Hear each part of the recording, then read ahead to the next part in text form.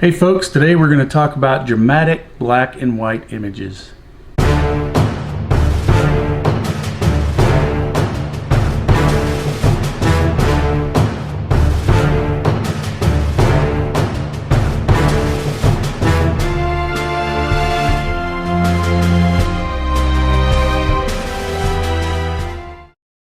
Hello folks, Jim Denham here. Welcome to the channel. Hope you're doing well. Hope you're staying healthy and safe out there. Interesting times we have here, that's for sure. And being that we're mostly inside these days, do a lot of playing around on the computer, and so here lately I've been doing some editing on some old images, but going back and applying some really dramatic black and white editing to them, really making for some stark, moody images.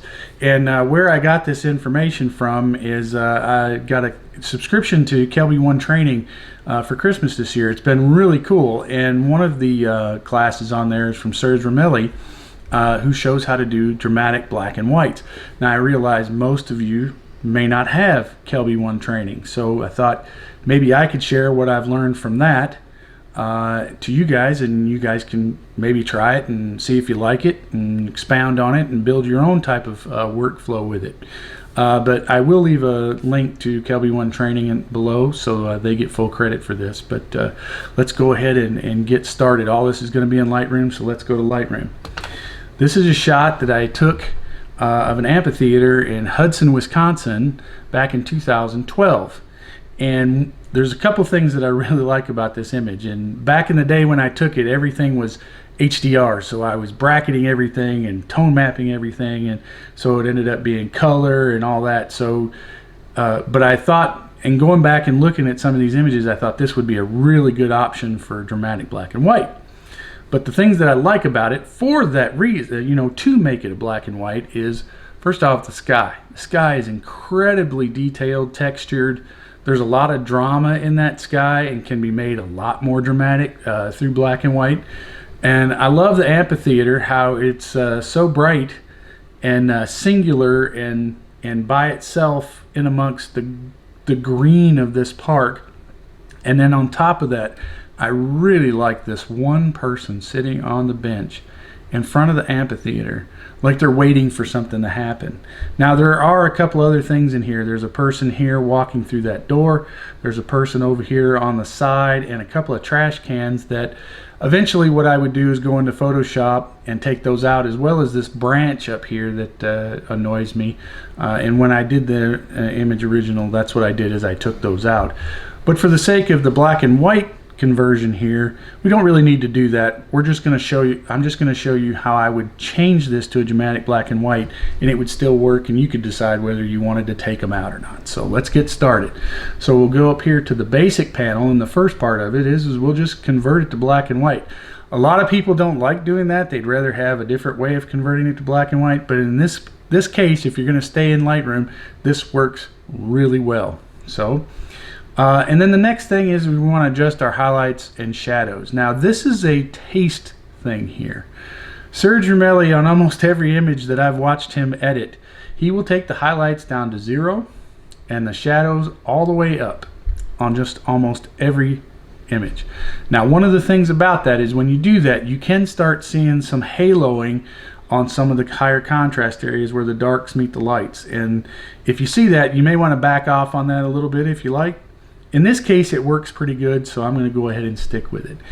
And then what we do is we'll set our whites and our blacks from that point. So on a Mac, I'm hitting the Alt Option button, holding it down while I take the white slider and move it up until we start seeing clipping. And there we start seeing clipping, so I'll back it off until it's gone, and there I've set my white point. And then I'll do the same thing with the blacks, except I'm going the other direction. Now in the blacks, I want to see a little bit of clipping in the blacks. You know, 3, 4, 5%, not too much, but just a little. I think that works right there. So here's where we were, and now we're here. You can already see up here in the sky, having set all the whites, blacks, and everything, you can see the amount of texture and contrast that we've got in the sky. It's really setting up nicely. You can also see how good this amphitheater will look once we get going here. Okay, so now we want to start creating some mood. We want to start darkening things down so we can really draw the eye where we want it and create that mood. The way we do that is with these the graduated filter. Now the first thing I do is click on that and then double click effects, so I take all the effects out of it, so it's clean, there's nothing happening here. And then I will hold the shift down and drag the graduated filter down. Now I'll grab part of this amphitheater here, okay, because I can come back and fix that. So once we get it down there, then we're going to take the exposure slider and we're going to drop it down until it gets to about 0.7, 0.75, somewhere in there.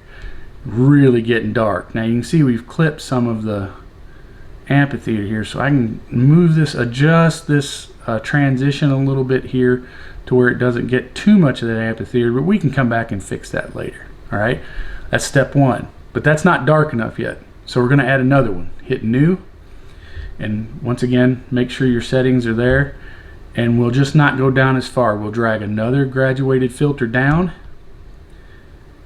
and we won't go near as dark, maybe about half a stop. Oh yeah, that's looking really good.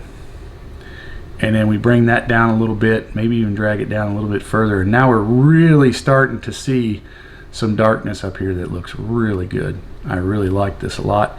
I'm going to bring this one down just a little bit further. There we go. And you can see, click this button here, it'll turn the graduated filters on and off. You can see that's where we were before, and that's where we are now. So yeah, it looks really nice. I really like this, but we're not done yet. We still got some darkening to do. I'm going to add another graduated filter and bring it in from the side and come in almost right on top of the amphitheater again. And this one we're going to run down dark, probably around 0.4, 0.5. And we're going to do the same thing on the other side. See where we're heading with this, and we're also catching some of the top part too, which is okay. Yeah, I'm going to bring this down just a little bit further. There we go. I'll back that off a little bit, bring this down a little bit, and we got one more. You can see how much darker this is up here. It looks really good. We got one more to do with the graduated filter. We're going to bring that up from the bottom. We're going to try not to get too much of that one person sitting there, because we really liked what that does. So the dramatic effect of that one person sitting there, might even make that a little bit darker. There we go. All right, so we've got sorry, trying to fine-tune that. So here's where we were, and here's where we are. Already that's looking really good. The amphitheater standing out really nice. It's starting to look really good. So we're done with the graduated filters. We're going to use a radial filter now, and we're going to hit invert. Radial filters, when you first click on them, and naturally they will adjust everything on the outside of the filter, not on the inside. So okay, so the radial filter, like I said, the inside is going to get is not going to be edited. The outside will be, unless you go down here and click the invert button. What that does is allow you to edit what's inside the radial filter and not the outside. So I will click invert, and then I will increase the feather to 100%, and then I will apply my radial filter. And what I want to do here is I want to use this radial filter to brighten the most important parts of the image, which is the amphitheater and the one person sitting here. So I've got it inverted. All I got to do is increase this. I just want to go up just a little bit, maybe 0.2 of a stop. Yeah, you go much higher than that, it's almost too bright. So maybe down to about 2.5. That looks good. Click it on, click it off, and then we'll increase the clarity. Bring that clarity up, give it a little bit of sharpness, and dehaze. That looks good. All right. Now, because I got the top of this amphitheater in the dark, I'm going to use a brush. That's a dodge brush. Use a dodging brush. And I'm going to go back in here, and I'm going to brighten up the front of that amphitheater to where it's not so dark. It stands out. Just brushing along that face. That really helps to bring that out. And then I'll also brighten the person sitting right here in the front. Give them a little bit of attention. All right, that looks really good. Okay, so now we're ready to edit the overall image. We've done a lot of specialized stuff. You can see where we've come from right there to right here. We're already pretty dramatic, but I want to increase the texture. That's going to bring out a lot of the texture in the sky and the clouds. That's going to make that look really good. And I'm also going to increase the clarity, which is going to do the same. And a little bit of dehaze, not much, because that tends to darken things up, and I'm already pretty dark. And then I'm going to go to detail, and I'm going to sharpen up. I'm not going to go real sharp, but I'm going to increase the radius and the detail. And then I want to hold down the Alt key and masking, and I want to take a lot of that sharpening out of everything but the sharp edges down at the bottom. Matter of fact, you could go as far to the right as you want, as long as the edges of the amphitheater are really what's sharp. Okay, and then I am going to hit the noise reduction just to soften things up a bit. Now that's a little too far. I'm going to come back. All right, and the last thing I'm going to do is I'm going to apply a vignette. Right now everything's looking really good, set up nice and edgy, nice and dark. This is going to put the finishing touch on this. We're going to bring it down to about 25. We're going to bring the midpoint in, and then we're going to feather it out to where it's not quite as. And now everything that we look at is right here. All we see how dark everything is, and we've got us a dramatic black and white where the focal point is definitely the amphitheater and this person sitting in front, and it's really sharp. You can see here in the back there are a little bit of halos back here. Not bad though, so I don't think I'm even going to worry about that. Not too bad. But I mean, we went from here, which is a pretty benign image, to here, which is rather sharp, rather dramatic, rather moody. I really like it. So that's where we're at. I'd stop here. Of course, like I said, I'd go into Photoshop and get rid of some of these other distractions in here that I like. But that's how you do a dramatic black and white in Lightroom. Of course, there's adjustments that you can change. You can not go quite as heavy. You can go heavier. You can do whatever you want. But those are on this particular image, what I would use and where I would start and kind of feel my way through with those, using the graduated filters and the radiator filters to really make the things stand out you want to stand out and make the image very moody. Hope that was good for you. Hope you learned some stuff. Maybe you've got some stuff you could teach me, or you just want to comment on it. You can leave them down below. Otherwise, hope you enjoyed this. Check out KelbyOne Training. That's where I got this. It's really good stuff.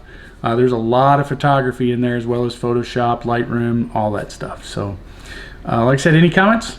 Appreciate it. Give me a thumbs up if you like it, and hope you did. We'll talk to you later. Bye.